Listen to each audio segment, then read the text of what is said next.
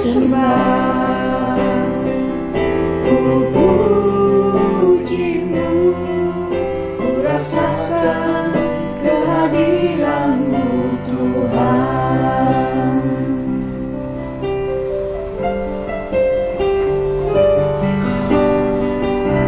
Saat ku menyembah-Mu, Roh-Mu bekerja Tuhan, Roh-Mu bekerja.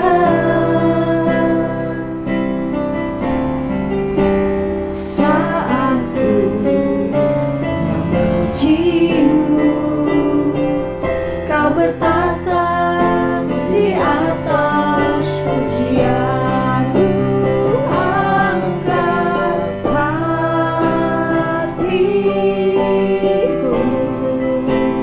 kami memandang kekudusan-Mu.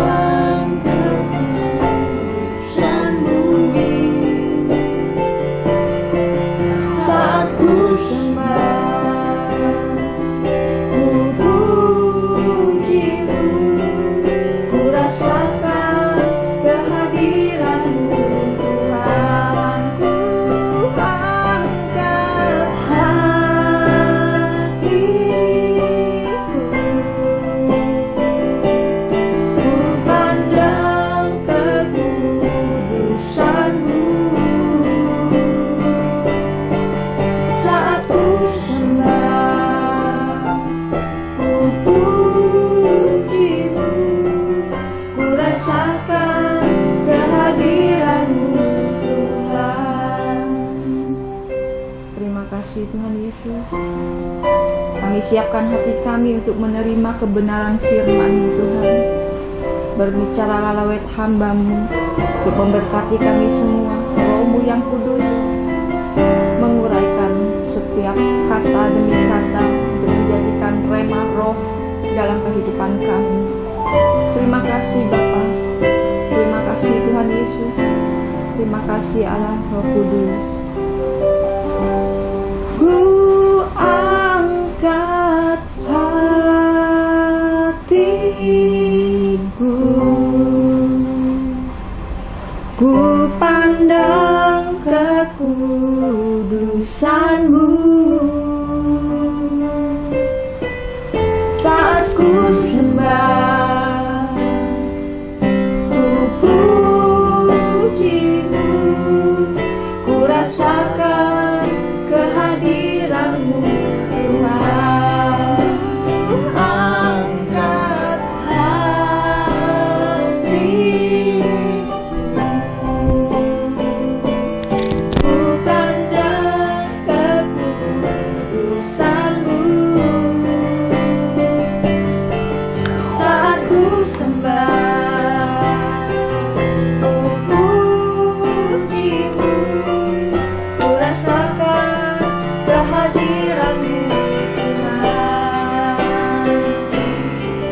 Ku rasakan kehadiran-Mu Tuhan. Ku Rasakan kehadiran-Mu Tuhan. Bahwa kami masuk dalam hadirat-Mu, bahwa kami tinggal di dalam kasih-Mu, hidup sebagai pelaku firman-Mu. Sebab ada banyak hal yang tidak kami sadari, yang tidak bisa kami lihat di alam roh, di invisible terjadi, hal-hal yang kasat mata terjadi.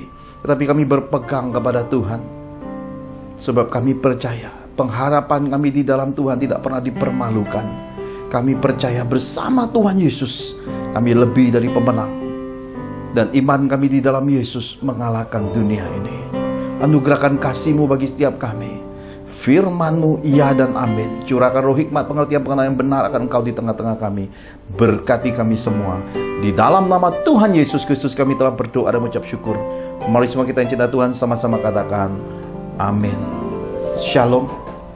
Bapak Ibu yang terkasih di dalam Tuhan, minggu lalu putri pertama saya, Rehwel, menjalani operasi gigi bungsu. Ada sesuatu yang Roh Kudus ajarkan di balik operasi ini. Ada banyak dokter gigi sudah bertahun-tahun menjalani perawatan gigi. Tetapi ketika masa pandemi selama 2 tahun berjalan, 2020, 2021 sampai 2022 sampai hari ini, anak-anak saya tidak lagi ke dokter gigi oleh karena situasi PPKM ketat. Lalu oleh Roh, saya sudah pernah ceritakan dalam khotbah-khotbah sebelumnya, kami bertemu dengan tantenya artis Maya Estianti, seorang dokter gigi senior, tetangga rumah saya yang bahkan mengusung saya, Pak Johan cocok jadi ketua RW. Dokter senior ini ketika membersihkan karang gigi putri saya berkata, ini kayaknya ada yang janggal, coba di ronsen. Setelah di ronsen ditemukan ternyata di dalam gusi putri pertama saya ini ada tumbuh gigi bungsu yang ternyata bukan tumbuhnya ke atas tapi menyamping, mendorong gigi di dekatnya. Nah, Bapak Ibu yang terkasih di dalam Tuhan, akhirnya gigi bungsunya diangkat. Sesuatu yang berjalan cukup lama tidak terdeteksi. Demikian kehidupan kerohanian kita. Kalau kita tidak mawas diri, tidak beroleh kasih dan pencerahan Tuhan, tidak berada pada tempat kairos, waktu yang tepat, tempat yang tepat, di antara orang-orang yang punya hikmat, roh dan nasihat, kita akan mengalami kesakitan. Sebab kita merasa kekristenan kita demikian normalnya, kenal Tuhan, tahu Tuhan, punya banyak pengetahuan rohani, ternyata bertumbuhnya tidak ke arah yang tepat dan benar. Kalau sedikit terlambat, mungkin putri pertama saya akan mengalami banyak sekali harga mahal. Mungkin giginya akan tumbuh dan kemudian nembus gusinya dan akan terjadi hal-hal yang memilukan, menahan rasa sakit dari waktu ke waktu dan efeknya yang luar biasa. Tetapi tangan Tuhan ada. Lewat dokter gigi senior tetangga rumah, Tuhan membukakan sesuatu, menyingkapkan sesuatu. Lalu ketika kami berdoa untuk dampingi Rehwel untuk operasi gigi bungsu, lalu saya berdoa dengan Bu Angel dan keluarga, dan dokternya berkata ini gigi akan sakit sendut-sendut selama 7 hari dan mungkin akan mengalami masa pemulihan 1 bulan lamanya. Terpujilah Tuhan yang kita sembah dalam nama Tuhan Yesus Kristus. Sejak kami menumpangkan tangan berdoa buat Rehwel, tidak ada sakit sedikit pun. Operasi itu cukup besar sampai membutuhkan 5 jahitan. Tidak ada sakit sampai hari ini. Malah Rehwel bisa cari sup ikan. Katanya mau makan ikan gabus, ya. Katanya mau makan yang lembut-lembut. Tidak ada kesakitan sampai hari ini. Seminggu telah berlalu. Jadi ada Tuhan menyertai. Segala hal jadi berbeda. Karena itu hari ini kita belajar satu tema. Sebagaimana banyak kali Tuhan Yesus dalam kitab suci dicatat, Tuhan Yesus selalu pesankan, berjaga-jagalah, berjaga-jagalah, waspadalah, dan segala sesuatu harus dinyatakan di dalam doa. Tema kita hari ini, persiapkan dirimu. Mari kita lihat kebenaran firman Tuhan lebih dulu di dalam Matius 26 ayat 36 sampai yang ke-46. Injil Matius 26 ayat 36 sampai dengan yang ke-46. Demikian Tuhan berfirman, maka sampailah Yesus bersama-sama murid-muridnya ke suatu tempat yang bernama Getsemani. Lalu ia berkata kepada murid-muridnya, duduklah di sini, sementara aku pergi ke sana untuk berdoa. Dan ia membawa Petrus dan kedua anak Zebedius sertanya.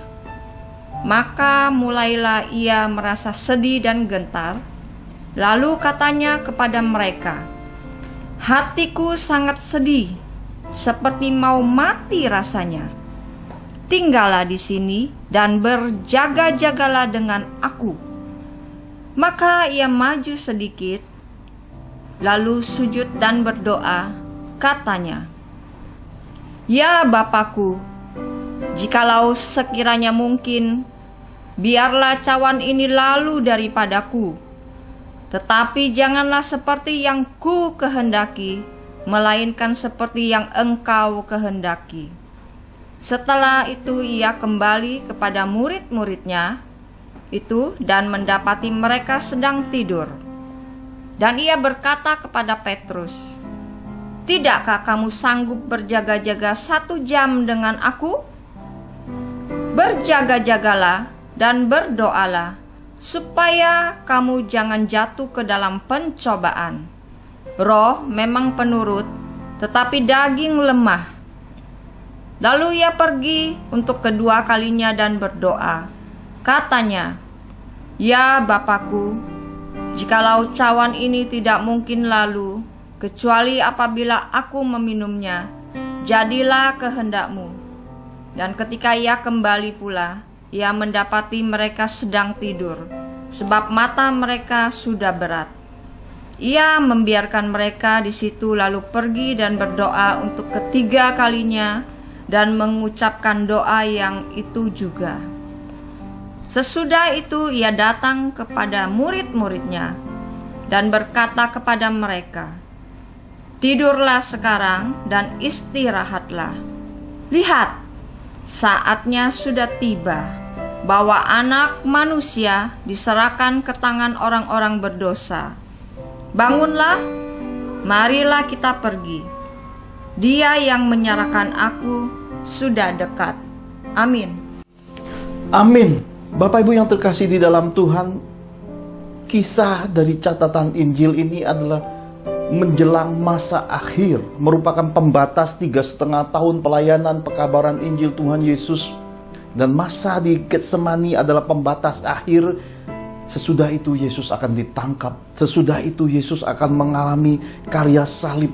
Dia akan mengorbankan dirinya sesuai dengan pesan para nabi, nubuatan para nabi, sesuai dengan pesan agung dari sorga bahwa gembala akan mengalami suatu korban. Gembala akan melepaskan nyawanya bagi domba-dombanya. Dan anak domba itu disembelih. Dan kita belajar di pembatas ini, persiapkan dirimu. Disinilah masa persiapan diri bagi murid-murid, di mana kita bisa melihat Tuhan Yesus melewatkan masa-masa itu dengan cara berdoa 3 kali. Roh penurut, daging lemah. Suatu pemisahan di Taman Getsemani mengajarkan kepada kita harus melihat sisi roh dan sisi daging. Tuhan menghendaki kita hidup dalam dimensi roh. Meskipun masih hidup di dunia dalam keadaan hidup lahiriah, tetapi manusia roh kita harus lebih kuat. Karena itu, sebagaimana Yohanes Pembaptis berkata, "Aku makin kecil." Lahiriahnya, sisi dunianya makin kecil. Yesusnya yang semakin besar. Bapak-Ibu yang terkasih yang ada di dalam Tuhan, hal pertama yang kita pelajari adalah tentang Getsemani. Getsemani ini di dalam bahasa aslinya, dalam bahasa Assyria dikatakan dengan tulisan Gatsmane. Gatsmane ini diartikan alat pemeras. Jadi kehidupan ini ketika kita menuju suatu kemuliaan yang lebih besar, di tempat yang disebut alat pemeras, kita dipersiapkan di situ. Ada satu pembatas. Mertua saya dahulu, bahkan istri saya mengutip berulang-ulang nasihat ini. Apabila ada kesusahan, kegagalan, kesulitan hidup, itu akan ada satu masanya dia akan turun sampai titik paling rendah. Dan di tapal batas paling rendah itulah kemudian dia akan memantul. Semakin berat, semakin banyak kesulitan, semakin banyak penderitaan oleh karena kebenaran dan kemuliaan, semakin keras tekanan, pantulannya akan semakin tinggi. Karena itulah harga di balik sebuah kebenaran dan kemuliaan lebih besar lagi upah yang dari sorganya. Karena semua yang datang dari Tuhan mengalahkan dunia. Maka semua yang datang dari Tuhan, dimensinya kalau difitnah, dianiaya, tersakiti, hidup susah, diproses, mengalami permukaan, kemuliaannya besar dipersiapkan Tuhan bagi Anda dan keluarga di masa depan.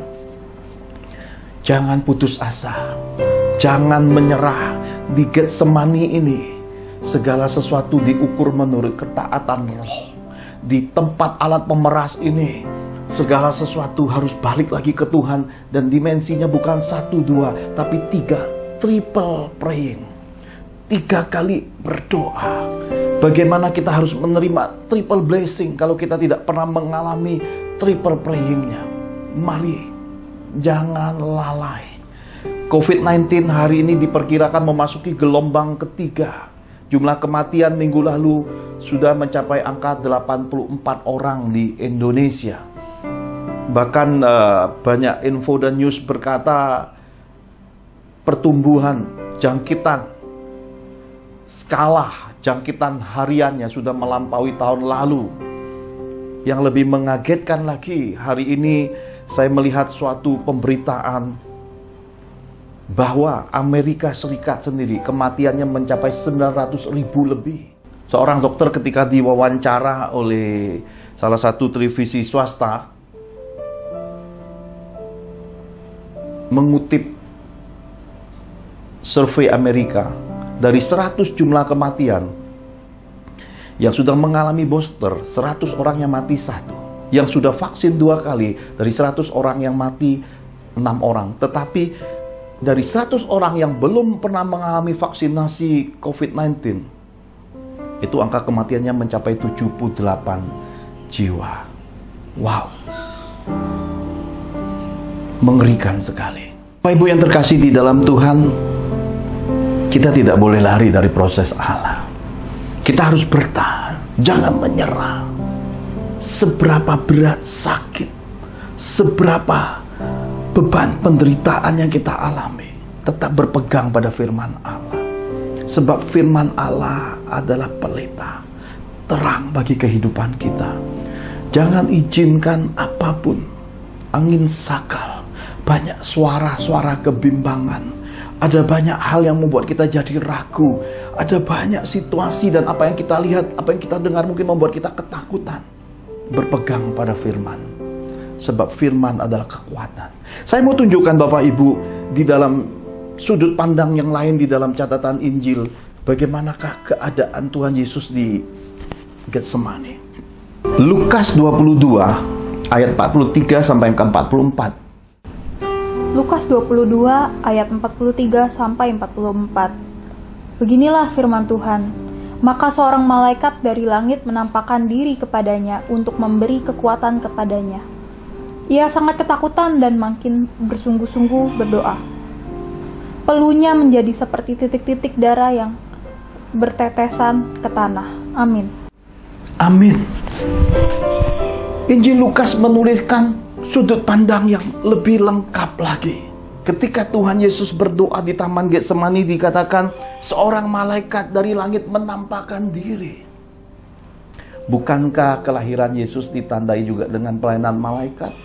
Dan bagaimana di pembatas akhir pelayanan 3,5 tahun pekabaran Injil, kabar baiknya, seorang malaikat juga menampakkan diri dari langit.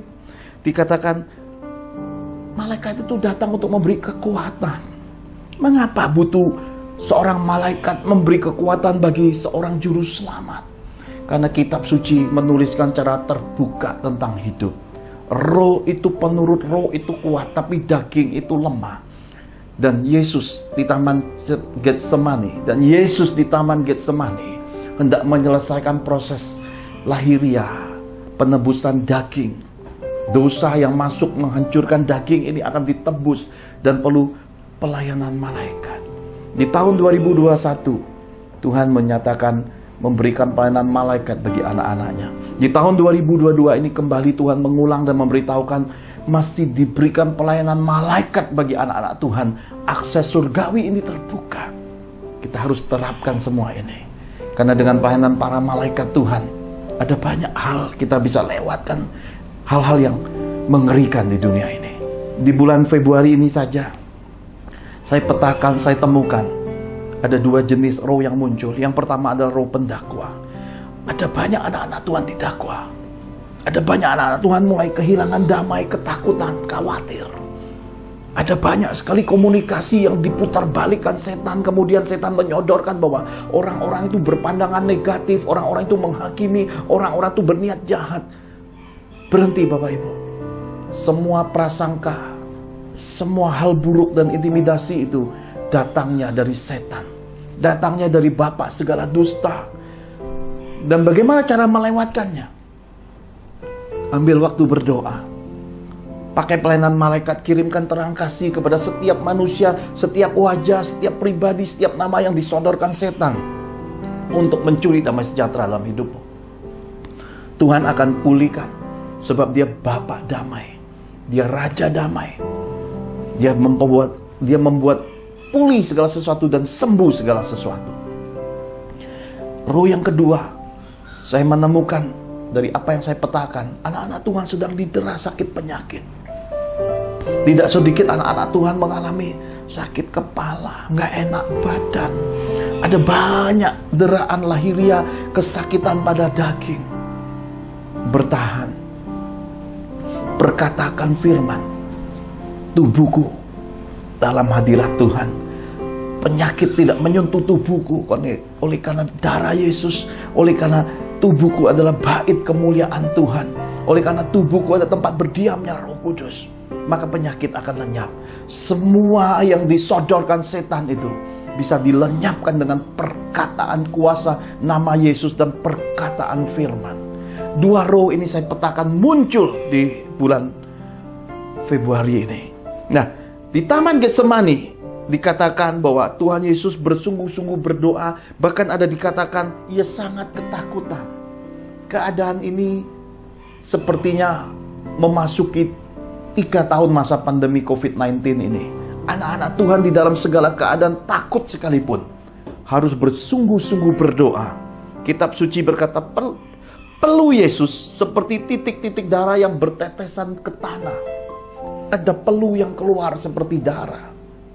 Ada suatu proses peremukan di Taman Getsemani. Bukankah tahun 2022 ini Tuhan pesankan tahun kita sembunyi 7 atau 8 bulan lamanya. Jangan mengandalkan kekuatan manusia.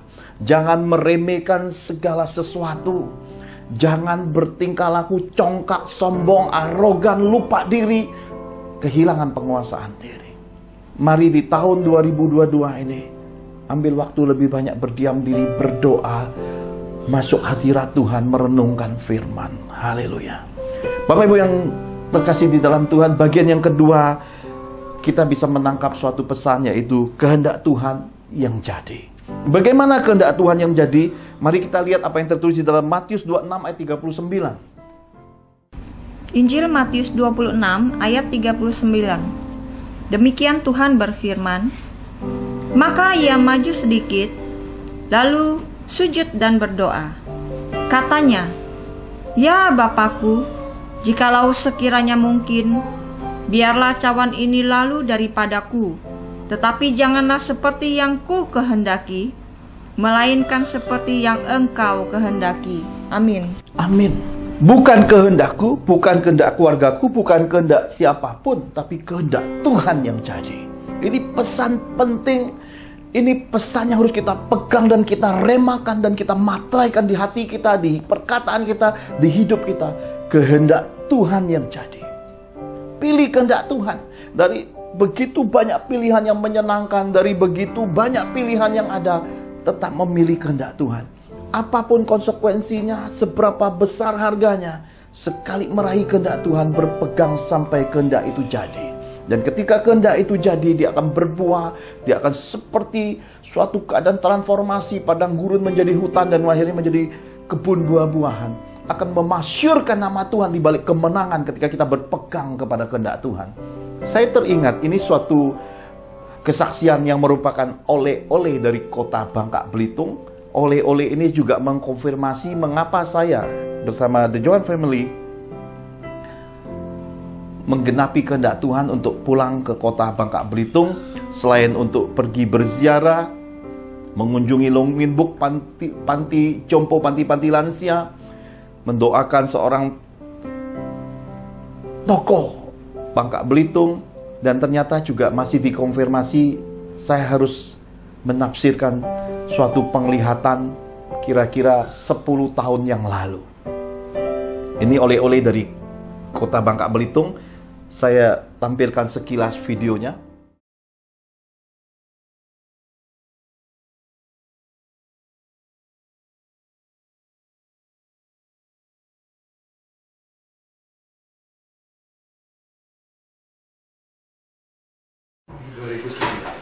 Januari lagi.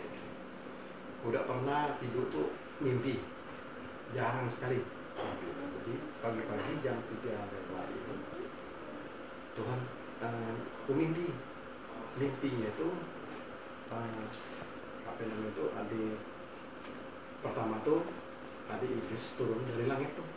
Kereta kuda, di kuda tuh 4 hitam semua, kereta tuh hitam semua. Dari sana diturun, terus ku pegang pedang ini bersinar. Jadi pedang roh tuh putih pokoknya menkilat bersinar. Jadi ku lawan jin lah. Iblis ini nak rebut adik anak, udah kan biniku, adik anak, udah ku anak, masa anak kecil gigi lah besar katanya kan, anakku nomor 3. Sampai ya, lagi sempat cerita kayak gini kan. Nah, jadi inilah yang dikasih Tuhan. Setelah itu singkat cerita itu sesi yang kedua itu, jadi aku berdiri di pantai. Pantai itu sejauh memandang kan, jadi kan tidak ada ini, tidak dibatasi. Di langit, kulit langit tuh ada lingkaran putih. Putih itu pokoknya sejauh aku memandang tuh putih itu besar benar kelihatan. Sejauh aku memandang, jadi aku berdiri di pantai. Udah aku katakan pengangkatan nih. Terus aku nyari bini ku mana katanya? Bini ku mana? Lalu terus aku cari kan bini tuh udah bini. Ayo pikirku biarlah. Aku lihat, begitu ku sekali lihat kiri, sebelah kiri sejauh memandang. Aku lihat tuh Tuhan Yesus tuh berdiri kok. Berdiri gini. Tuhan Yesus. Jadi dia ngeliat ada 3 orang pakai jubah putih, berbaris, 3 baris kok, rapi ini, masuk ke lubang tadi Pak. Ku lihat begini kan, Tuhan Yesus nih, pengangkatan. Terus habis itu ku diam, katiku, ku diam, begitu dalamnya itu kok, yang orang yang ngangkat tuh sampai ke Tuhan Yesus ngiringnya sampai masuk ke lubang putih itu. Katiku, Tuhan, ngapain ku udah dikena angkat? Yang lubang putih Tuhan Yesus tadi lah masuk kok. Katiku, Tuhan, ngapain ku udah dikena angkat? Tuhan langsung ngomong, ku kasih kau kesempatan dari lingkaran putih ini. Ku kasih kau kesempatan, kau bersungguh-sungguhlah dengan Allah. Nah, habis itu kok sesi ketiga ya. Kami kukit diriku ada orang berapa orang lah di belakang loh, bawa tas sandang loh. Jadi kami itu lewat kayak kota gedung tuh, tapi kayak di perempatan gitu. Nah, jadi kayak di perempatan tuh gedung tuh terus orang di belakangnya nanti namiku maniho, kami dicari-cari di tanah. Itu maniho apa namanya kan? Cari dadi nami, terus langsung ku refleks kok, langsung ku publik kok. Katiku namiku mana yo, kami dicari-cari langsung ku lihat di atas tadi sebab apa Tuhan itulah yang ngomong namamu ada di surga. Habis itu langsung ku tebak itu mimpi yang aku dapat. Nah tapi pesan Tuhan dari satu kok ku benar-benar walaupun ada serangan apapun dalam pikiranku, ada mungkin yang masa lalu, nah aku selalu ingat itu kok, dan aku memang aku percaya bahwa itu adalah Roh Kudus yang ini kok. Nah itu yang aku sampaikan kok. Haleluya. Bapak Ibu lihat suatu kesaksian yang luar biasa tentang Tuhan Yesus. Pria yang berkesaksian ini secara hierarki keluarga masih merupakan adik bagi saya, merupakan adik sepupu dari rumpun keluarga. Saya melayani keluarga ini sudah cukup lama, yang merupakan adik sepupu, ada banyak pergumulan pada masa itu, dan 10 tahun yang lalu adalah masa puncak dia diberkati. Kapan dia mulai diberkati? Ketika saya, istri, dan rombongan Shipgate Ministry mengunjungi kota Bangka untuk mengadakan KKR berlari melalui hujan. Pria sepupu ini menyediakan mobil, lalu saya pernah saksikan, saya tidak mau berhutang budi, dan kemudian Tuhan mulai memberkatinya dengan bisnis datang dari Jawa Timur, dan kemudian bisnisnya berkembang hebat sekali. Dan dia adalah seorang pria sepupu yang sangat cinta Tuhan. Apa yang terjadi? Hidup harus berpegang pada Kristus. Firman Tuhan adalah petunjuk dan arah kehidupan. Dan ketika hartamu bertambah, jangan hatimu melekat padanya. Harta pusaka kita haruslah Tuhan Yesus. Firman harus menjadi kompas, menjadi catatan kekayaan hidup kita adalah firman Allah. Jangan izinkan yang lain. Dalam proses hidup pria sepupu ini, 10 tahun yang lalu saya melihat sebuah penglihatan dan menyampaikan kepadanya perihal angka yang Tuhan tunjukkan kepada saya, angka 36. Dia bertanya-tanya, apa maksud 36 ini? Apa 36 ini? Lama digumulinya sekeluarga. Lalu kesaksiannya pun disampaikan kepada beberapa hamba Tuhan. Dia berkata pada saya, "Nggak tahu saya Ko Johan, kenapa semua hamba Tuhan kalau diceritakan mereka hanya bisa menjawab, ya saya doa dulu." Berbeda sekali dengan Ko Johan yang bisa nangkep arti mimpi, arti penglihatan. Saya tersenyum. Kenapa? Karena segala sesuatu adalah kasih karunia Allah semata. Lalu dia bertanya, apa makna penglihatan Ko Johan 10 tahun yang lalu tentang 36 di hidup saya? Lalu saya bertanya pada Roh Kudus saat itu, ketika kami bertandang ke rumahnya. Lalu Roh Kudus berkata, 3 adalah Trinitas. 3 adalah lambang kebesaran Tuhan. Tuhan punya kehendak. Allah Bapa, Allah Anak, Allah Roh Kudus. Ada 3, angka 3. Lalu 6 adalah angka manusia. Manusia diciptakan hari ke-6, dan Tuhan berkata 2022 ini adalah tahun manusia. The year of human. Yeah. The year of human. Tahun manusia. Mengapa saya mesti pulang ke kota Bangka? Dikonfirmasi harus menafsirkan penglihatan ini.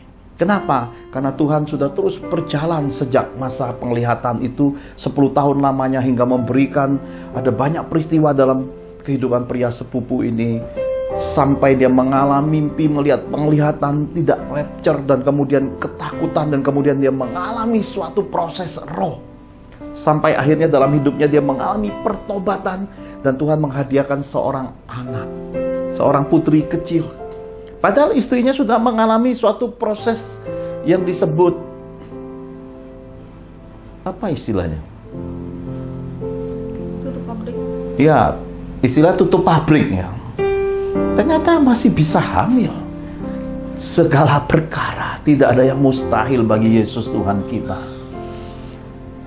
Saya menafsirkannya, saya menyatakan hati Tuhan, dan kemudian ada rahasia-rahasia keputusan Tuhan di dalam hidup pria sepupu ini. Haleluya. Saya tidak bagikan di sini karena terlalu bersifat pribadi, tetapi hal-hal yang Tuhan nyatakan sudah saya bukakan. Pegang kehendak Tuhan, raih kehendak Tuhan, dan hiduplah di dalam kehendak Tuhan, maka hidupmu pasti berbeda. Segala perkara engkau sanggup tanggung, meskipun harus lewati lembah kelam, pasti Tuhan bawa engkau naik ke atas gunung kudusnya. Meskipun mengalami kesusahan ekonomi, mengalami kesusahan keuangan, krisis di bisnismu, kehancuran bisnismu, tetapi kalau itu jalan-jalan kehendak Tuhan, dalam sekejap Tuhan akan bawa engkau naik dan mengangkat engkau tinggi. Jangan lalai. Jangan suam-suam kuku terhadap Tuhan. Jangan menganggap sepi kebaikan dan kesabaran Tuhan. Kasihi Tuhan dengan hati yang sungguh. Jangan bermain-main dengan hal-hal yang engkau anggap kehidupan ini sepi. Engkau bermain-main dengan firman. Engkau menyepelekan firman. Engkau bawa hidupmu dalam persekutuan kejahatan, persekutuan kegelapan, persekutuan dengan apa yang disebut tidak halal, dengan hal-hal yang diharamkan. Jangan. Mari hiduplah kudus, hidup seturut dengan kebenaran firman Tuhan, hiduplah jadi pelaku firman yang murni dan tepat. Sebab upamu di bumi dan di sorga. Sebab hidupmu di bumi seperti di sorga. Sebab engkau dan rumpun keluargamu akan diberkati turun-temurun, dimulai dari kesadaran dirimu. Sebagaimana sepupu pria itu menjalani sesuatu yang luar biasa dan merupakan suatu kabar sorga yang memberkati hidup saya, maka saya percaya Bapak Ibu yang dikasihi Tuhan akan kembali pada kehendak Tuhan. Kehendak Tuhan adalah yang utama. Yang ketiga, yang terakhir, Tuhan Yesus di Taman Getsemani berdoa 3 kali. Bolak-balik 3 kali. Sampai murid-murid tertidur, Tuhan Yesus masih berdoa.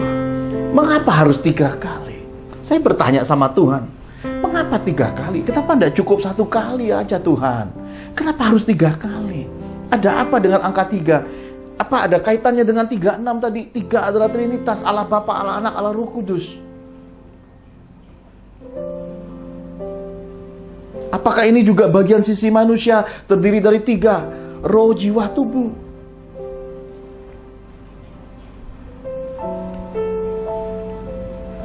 Lalu Roh menjawab saya dengan hikmat firman. Saya coba uraikan Bapak Ibu yang terkasih di dalam Tuhan.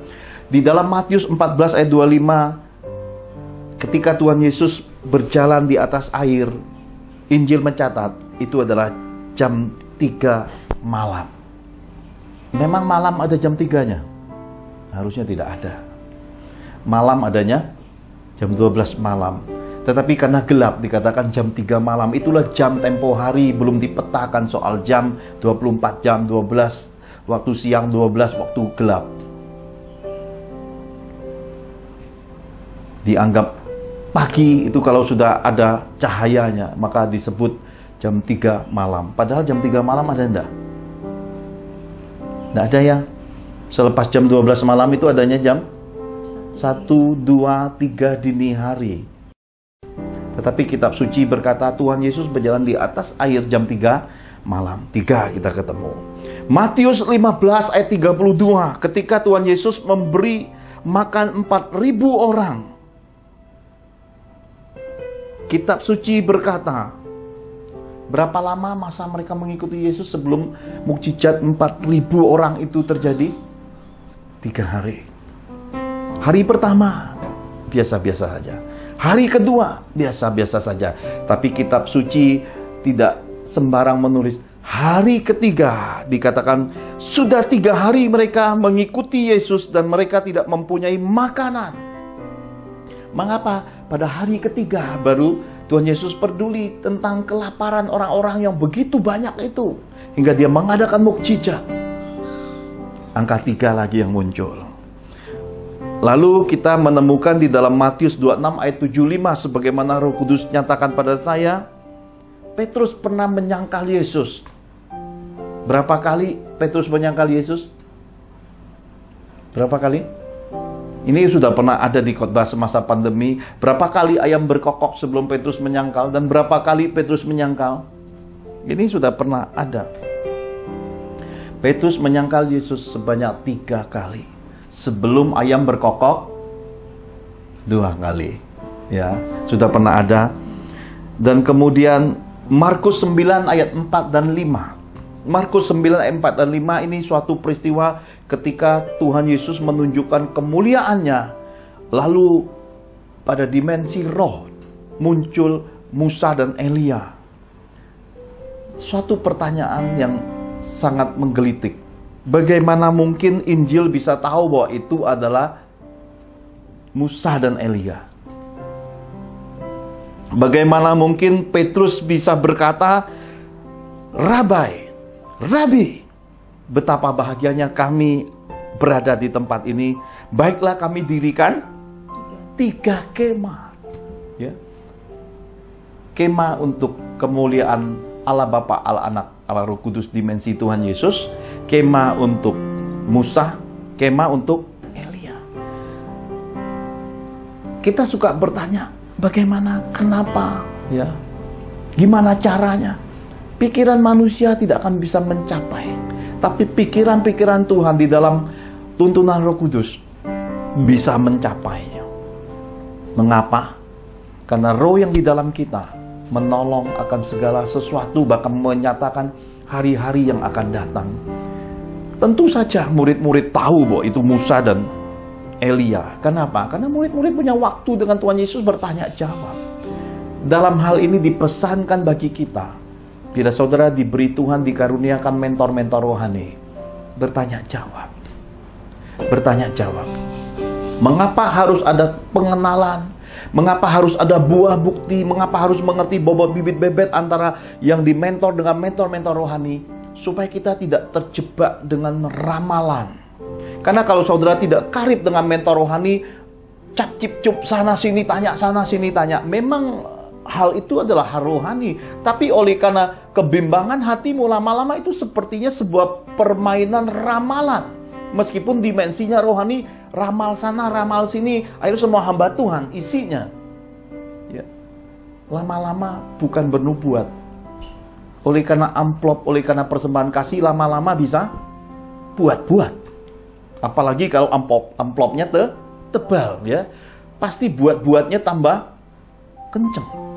Karena seorang pria yang datang dari Jawa Timur, suatu kesempatan bulan lalu ya, tepatnya ketemu saya dengan Bu Angel, dia berkata, ada banyak pendoa tuh kalau nubuatin saya tuh wah yang wah. Satu kali saya ikut kebaktian Pak Johan, ketika Pak Johan berdoa, kok lain? Dan ketika bertemu saya, dan ketika dibentangkan roh, dia berkata, beda ya. Saya berkata, karena bagi seorang Pak Johan, harta pusakanya Yesus, amplopmu, rupiahmu, mata asing uangmu, emas perak permatamu, aku tidak berminat. Kehendak Tuhan yang utama di hidup seorang Pak Johan dan melayani Tuhan adalah ketulusan, kemurnian, ketaatan, sepenuhnya kemuliaan yang dipersembahkan bagi Yesus Kristus Tuhan. Karena itu Bapak Ibu yang terkasih di dalam Tuhan, apa yang dipesankan Tuhan ini mari kita pahami. Berpeganglah kepada kehendak Tuhan. Kalau Tuhan sudah memilih mentor, sudah memilih komunitas, tinggal tetap di sana. Jangan pindah-pindah. Tanaman belum tumbuh, akarnya pindah sana pindah sini, cepat matinya. Dan semakin banyak suara-suara terdengar, semakin banyak persimpangan, semakin banyak perbedaan, semakin banyak perselisihan akan membuat engkau kehilangan damai. Dan manusia yang kehilangan damai pada akhirnya gampang sekali salah ambil keputusan dalam hidup. Bertenang, bertenang, sebab bersama Yesus segala sesuatu harus mencapai kehendak Tuhan. Nah, saya mau tunjukkan sebagai bagian penutup sekaitan 3 kemah yang Petrus berkata, alangkah bahagianya kami, Rabi, kami bahagia ada di tempat ini. Baiklah kami mendirikan 3 kemah, satu untuk Tuhan Yesus, melambangkan kemuliaan Allah Bapa, Allah Anak, Allah Roh Kudus. Satu lagi untuk Musa, satu lagi untuk Elia. Dan pesan nubuatan ini sebagai bagian penutup dari ibadah kita, Maleakhi 4 ayat 4 sampai yang ke-6. Maleakhi 4 ayat 4 sampai 6. Demikianlah firman Tuhan. Ingatlah kepada Taurat yang telah kuperintahkan kepada Musa hambaku di gunung Horeb untuk disampaikan kepada seluruh Israel, yakni ketetapan-ketetapan dan hukum-hukum.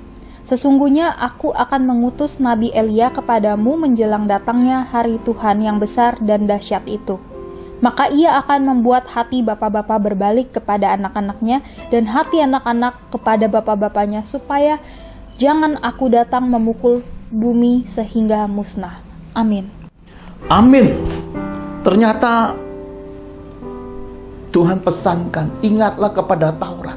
Taurat adalah lambang dari pelayanan Musa. Taurat bicara tentang 10 perintah Allah. Taurat bicara tentang hubungan sesama. Taurat bicara tentang taati aturan-aturan yang Tuhan tetapkan. Taurat bicara tentang bagaimana menaklukkan daging di dalam ketaatan meskipun dalam suatu keadaan yang terpaksa karena ada garis pembatasnya. Taurat bicara tentang bagaimanakah murka Allah begitu nyata ketika dilanggar akan perintah-perintah Allah. Taurat itu diperdengarkan lagi di akhir zaman. Sesudah Taurat masuk satu dimensi lagi, Tuhan mengutus Nabi Elia.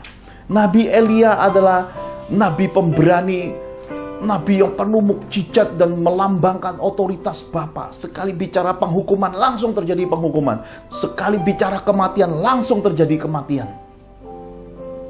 Nabi Elia bicara tentang seseorang yang menguduskan dirinya, tidak mencemari dirinya. Seseorang yang tahu Tuhan, kenal Tuhan, dan berpegang pada kehendak Tuhannya. Nabi Elia bicara tentang nabi yang tidak sembarang. Bahkan ketika Nabi Elisa yang dimentoringnya, muridnya, Nabi Elisa minta impartasi, dia tidak langsung berkata, terimalah atau tumpang tanganlah seperti banyak kita lihat dalam kehidupan rohani sebelum masa pandemi. Tetapi dia berkata, kalau engkau bisa melihat bagaimana aku terangkat, segala sesuatu harus dari Roh Kudusnya. Itulah pelayanan Nabi Elia. Dan dikatakan dengan jelas, masa perpaduan antara pelayanan Musa dengan Nabi Elia ini menuju satu titik, yaitu pelayanan Tuhan Yesus. Bahwa semua pelayanan ini akan membuat hati bapak-bapak berbalik kepada anak-anaknya, dan hati anak-anak kepada bapak-bapaknya, tentang pemulihan keluarga, restorasi family. Suatu keadaan Tuhan inginkan keluarga-keluarga bersembunyi di rumah. Satu rumpun papa, mama, anak-anak, kakek, nenek. Satu rumpun yang ada di rumah, keluarga besar. Memiliki altar berdoa, altar memuji, altar bermazmur, altar berbuat baik. Memiliki altar yang harum di hadapan Tuhan. Tuhan ingin semua kita masuk dimensi ini. Karena itulah ketika Tuhan memerintahkan kami, The Johan Family, untuk bersiarah, untuk mengajarkan bagi generasi, selagi hidup, hidup harus berbakti. Kalau berbakti kepada orang hidup aja tidak sanggup, omong kosong untuk bersiarah ke kuburan. Karena selagi hidup aja terabaikan, untuk apa sesudah mati baru dimasyurkan, dimuliakan? Terlambat. Mulailah dari rumpun orang tua, orang-orang yang sangat-sangat kita hormati, orang-orang yang berjasa, orang-orang yang budinya tidak dapat kita balas semasa kita hidup. Mulailah dari sana, dari orang-orang hidup. Perbuatan baik semasa hidup kepada orang-orang yang berbudi dalam hidup kita. Mereka yang ada andil di dalam kesuksesan hidup kita. Mereka punya andil di dalam pemulihan keluarga kita. Mereka punya andil membimbing kita hidup benar. Mereka punya andil memberitakan firman yang benar pada kita. Mulai berbuat baik dari mereka. Itu bakti. Dan kalau kita sudah bisa bakti kepada orang hidup, untuk menyelesaikan ziarah, untuk menceritakan kepada anak cucu kita tentang generasi nenek moyang, warisan-warisan keajaiban Tuhan, warisan-warisan leluhur, warisan-warisan budi luhur, itu akan gampang turun. Ada banyak orang Kristen alergi bicara tentang orang mati. Saya beritahu saudara, dia disebut Allah Abraham, Allah Ishak, Allah Yakub. Abraham, Ishak, Yakub sudah mati, tetapi Allahnya tidak mati. Tetapi nama orang mati disebut-sebut, Allah Abraham, Allah Ishak, Allah Yakub. Kenapa disebut-sebut? Karena kemasyuran Tuhan harus diwarisi dari keluhuran hidup mereka. Nenek moyang kita sudah mati, kakek nenek, papa, mama, semua rumpun keluarga kita mungkin sudah tidak bersama kita hari ini. Tetapi keluhuran budi, kebaikan mereka selagi mereka hidup bisa kita ceritakan, sebagaimana kitab suci menceritakan Abraham, Ishak, Yakub, orang-orang mati. Tetapi Tuhannya yang diceritakan lewat kehidupan mereka menjadi warisan. Bagaimana pengenalan akan Tuhan, bagaimana tabiat karakter diwariskan, hidup takut akan Tuhan diajarkan. Karena itu, ziarah akan membuat generasimu berbahagia. Orang yang bisa ziarah adalah orang yang bisa menghargai bakti selagi orang-orang yang harus dibakti selagi hidup. Orang-orang yang bisa menghargai orang-orang hiduplah orang-orang yang bisa menghargai arti kata ziarah. Pergi ke Lomingbuk, panti-panti lansia. Mengapa tidak dijadikan ajang? Karena Pak Johan tidak mau menumpuk hatangan dan berkarat. Hanya yang diperintahkan Tuhan saja yang dikerjakan Pak Johan. Saya tidak jadikan rutinitas. Kenapa? Karena yang tersembunyi saja saya kerjakan. Yang penting yang Tuhan suruh saya report. Yang tidak saya report, saya kembalikan bagi Tuhan. Karena apa yang saya kerjakan, murni saya mau kerjakan menurut tuntunan Roh-Nya. Saya tidak ingin curi kemuliaan, dan saya tidak ingin satu generasi melihat contoh yang buruk. Karena itulah ketika saya menjalani kehidupan sebagaimana saya harus ajarkan kepada umat Tuhan, ada anak-anak Tuhan berkata gini, herannya anak saya selepas ketemu Pak Johan berubah tuh, jadi tambah baik. Sekarang beda, ciamik. Bagaimana bisa mengubah seseorang kalau pengajarnya tidak pernah hidup di dalam kebenaran? Kalau kita mengajar seseorang hidup benar, sedangkan kita hidup bejat, apa artinya di hadapan Tuhan? Tuhan benci dosa kemunafikan. Karena itulah, hidup sebagai abdi Allah, hidup sebagai seorang papa merangkap seorang mama, hidup sebagai seorang hamba Allah, hidup sebagai seorang kepala keluarga, hari ini hidup juga sebagai seorang ketua RW. Saya harus belajar hidup jujur, murni, tak bercela di hadapan Bapa dan sesama. Dengan demikian, 3 kali Tuhan Yesus berdoa ini menggambarkan, inilah waktunya pikul salib sangkar diri. Inilah waktunya untuk mengasihi Yesus dengan segenap hati. Selagi kesempatan hidup ada, selagi nafas hidup ada, jangan sia-siakan. Hidup sungguh-sungguh sama Tuhan. Tidak perlu lagi cari pujian manusia, cari perhatian manusia. Semua lakukan dengan kesadaran. Orang yang hidup jadi pelaku firman dalam kesadaran adalah orang besar Tuhan. Orang yang hidup dengan kesadaran, dengan tersembunyi melakukan perbuatan-perbuatan baik. Orang yang dengan sadar tersembunyi melakukan kewajibannya sebagai anak-anak Tuhan adalah orang-orang setiawan Tuhan. Sadari hal ini. Upah tersembunyi lebih besar. Sebab upah yang di dunia ini dari pujian manusia, upah yang dikejar dari ambisi manusia hanya dapat sebatas di bumi selagi hidup.